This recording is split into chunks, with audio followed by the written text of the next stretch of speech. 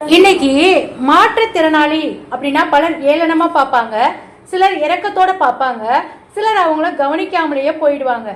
ஆனா நம்ம சென்னையை சேர்ந்த தீபக்ராஜ் அப்படிங்கிறவர் என்ன பண்றாருன்னா, இந்த மாற்றுத்திறனாளி கிட்ட என்னெல்லாம் திறமைகள் மறைஞ்சு கிடக்குதோ அதை பார்த்து அவங்களுக்கு டியூன் பண்ணி அவங்கள ஒரு சரியான டைரக்ஷன்ல கொண்டு போயிட்டு அவங்கள சாதிக்க வைக்கிறாரு.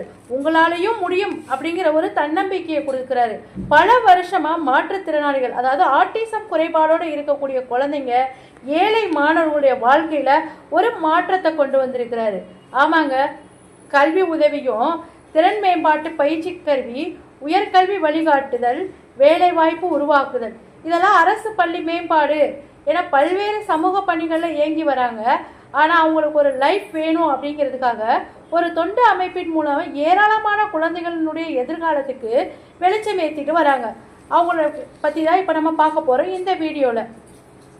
மாற்றுத்திறனாளிகளுக்கு வேலை செய்யணும்னு அப்படிங்கிற எண்ணம் எப்படி உருவாகுச்சுன்னு தெரியுங்களா அப்படின்னு நம்ம அவர்கிட்ட கேட்டோம்னா அவர் சொல்றாரு, மாற்றுத்திறனாளி குழந்தைகளுடைய நெருக்கமாக பழக போது அவங்களுக்குள்ள இருக்கக்கூடிய திறமைகளை முழுசா நம்ம புரிஞ்சுக்கலாம்.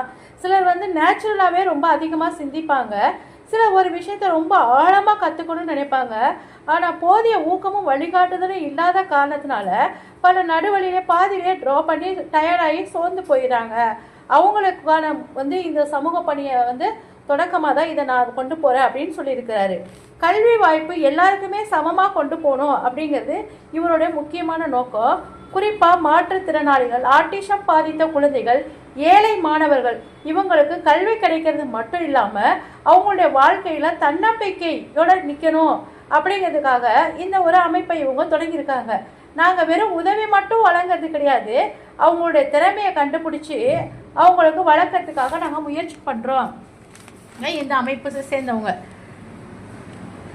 கல்வியோடு சேர்ந்து திறன் மேம்பாட்டு பயிற்சிகளையும் வழங்குறதுனால இவங்களுக்கு தொழில் பயிற்சி கொடுக்குறாங்க, சிலருக்கு வேலை வாய்ப்பு ஏற்படுத்தி கொடுக்குறாங்க. சில முன்னணி நிறுவனங்கள் கூட டையப் வச்சுட்டு அவங்களுக்கு வேலை வாய்ப்பு கிடைக்கிறதுக்கு உதவி பண்ணுறாங்க. அந்த வேலையில் ரொம்ப நாள் நிலைச்சிருக்கிறதுக்காக அவங்களுக்கு ப்ராப்பரான ட்ரைனிங்கும் கொடுக்குறாங்க. அது மட்டும் இல்லை, பல ஏழை மாணவர்களுக்கு நிறைய திறமை இருக்கும், ஆனால் சரியான வழிகாட்டுதல் கிடையாது. அந்த கைடன்ஸ் இல்லாததுனால அடுத்து அவங்க என்ன ஸ்டடீஸ் எடுத்துகிட்டு போகணும், எந்த ஹையர் எஜுகேஷனுக்கு போகணும் அப்படிங்கிறது தெரியாமல் ரொம்ப குழம்பி போயிருப்பாங்க.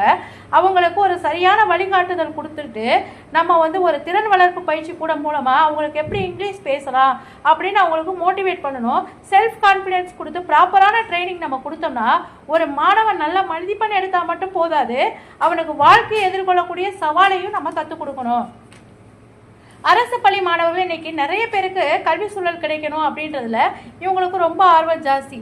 ஆனால் சில ஸ்கூலில் பார்த்தீங்களா, கிளாஸ் ரூமே நல்லா இருக்காது, அதை இவங்க நல்லா டெவலப்மெண்ட் பண்ணி கொடுக்குறாங்க. சில குழந்தைகளுக்கு ரொம்ப இன்ட்ரெஸ்டிங்கான கற்றுக்கக்கூடிய விஷயம் இருக்கும். அவர் சிலர் நல்லா டிராயிங் வரைவாங்க, சிலருக்கு படிக்கிறதுல இன்ட்ரெஸ்ட் இருக்கும், சிலர் நல்லா சுத்தமாக க்ளீனிங்காக வச்சுக்கணும் அப்படின்னு நினைப்பாங்க. அவங்களுக்கெல்லாம் சில மாற்றங்களை கற்றுக் கொடுத்து ஊக்குவிச்சோம்னா அவங்க ரொம்ப சக்ஸஸ்ஃபுல் பர்சனாக உருவாகுவாங்க அப்படிங்கிறதுல எந்த மாற்று கருத்தும் கிடையாது.